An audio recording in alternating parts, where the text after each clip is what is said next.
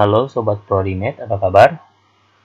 Kali ini kita akan membahas tentang soal trigonometri,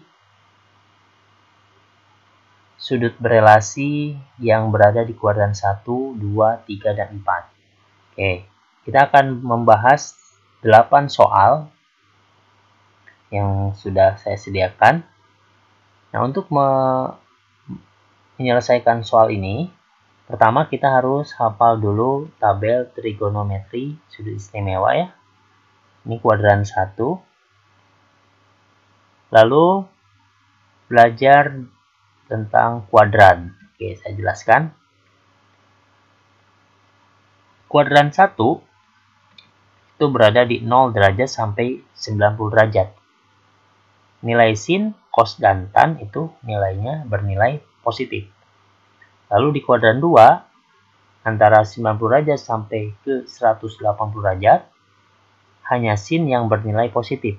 Berarti cos dan tan bernilai negatif.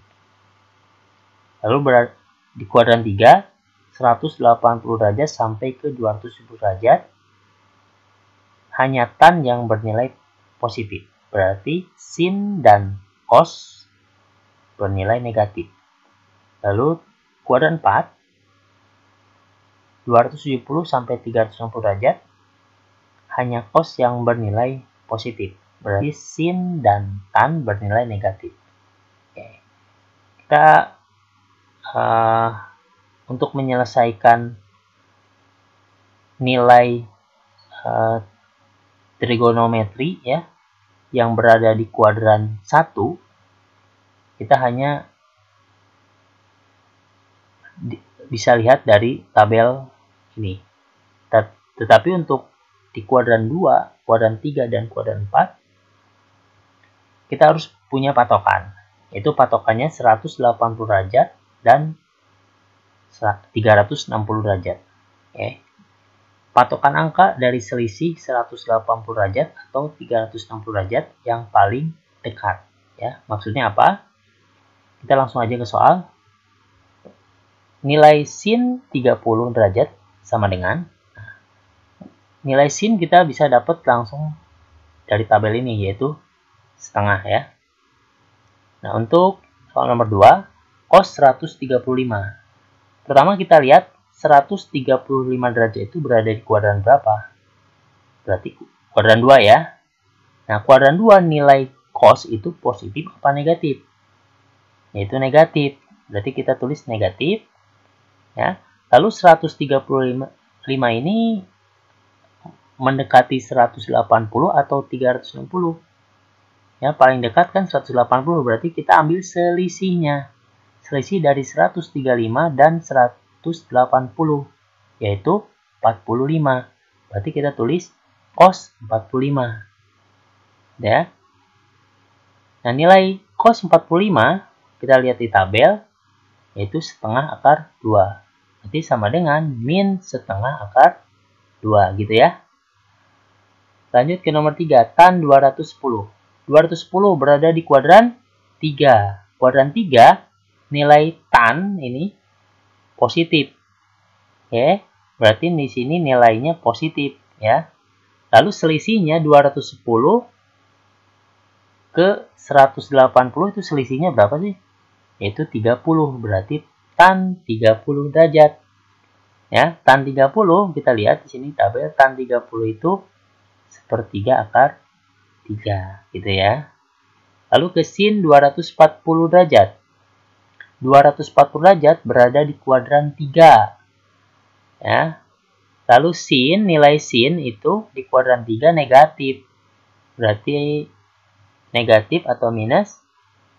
Selisih dari 240 dan 180 itu berapa? Yaitu 60.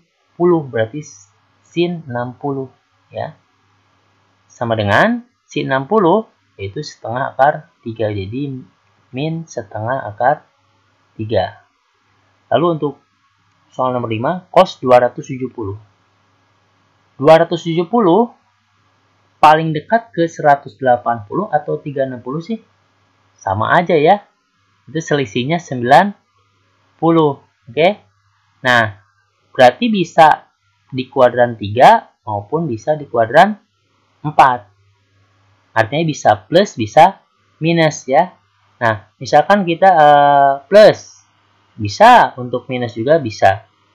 Kita lihat, selisihnya 270 ke 180 kan 90.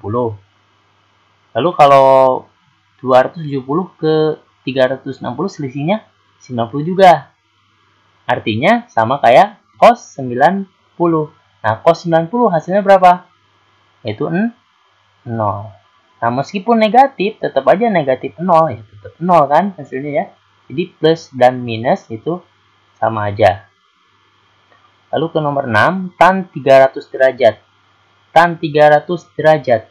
300 berada di kuadran 4. Nah, kuadran 4 ya.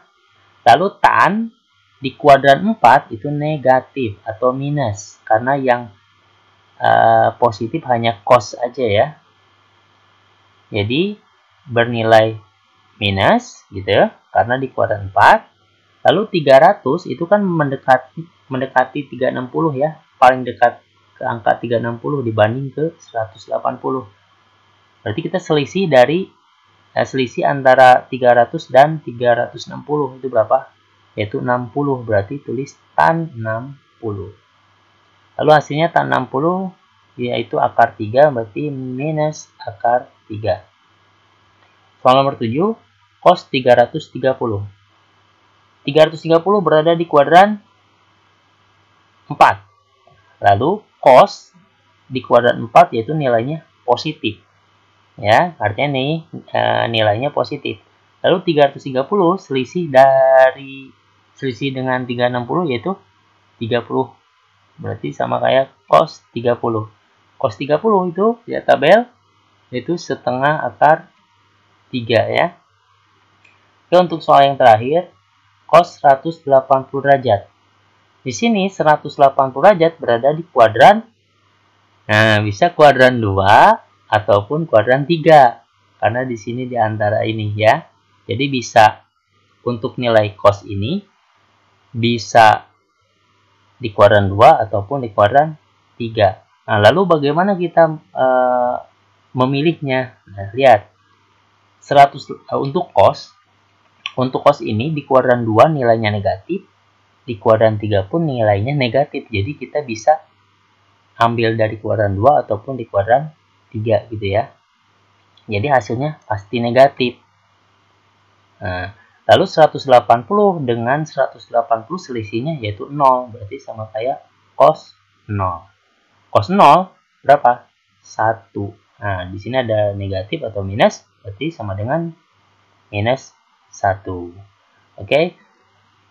Ini adalah pembahasan tentang soal-soal trigonometri berelasi. Mungkin ini salah satu trik gampangnya agar kalian bisa menyelesaikan soal-soal trigonometri di sekolah.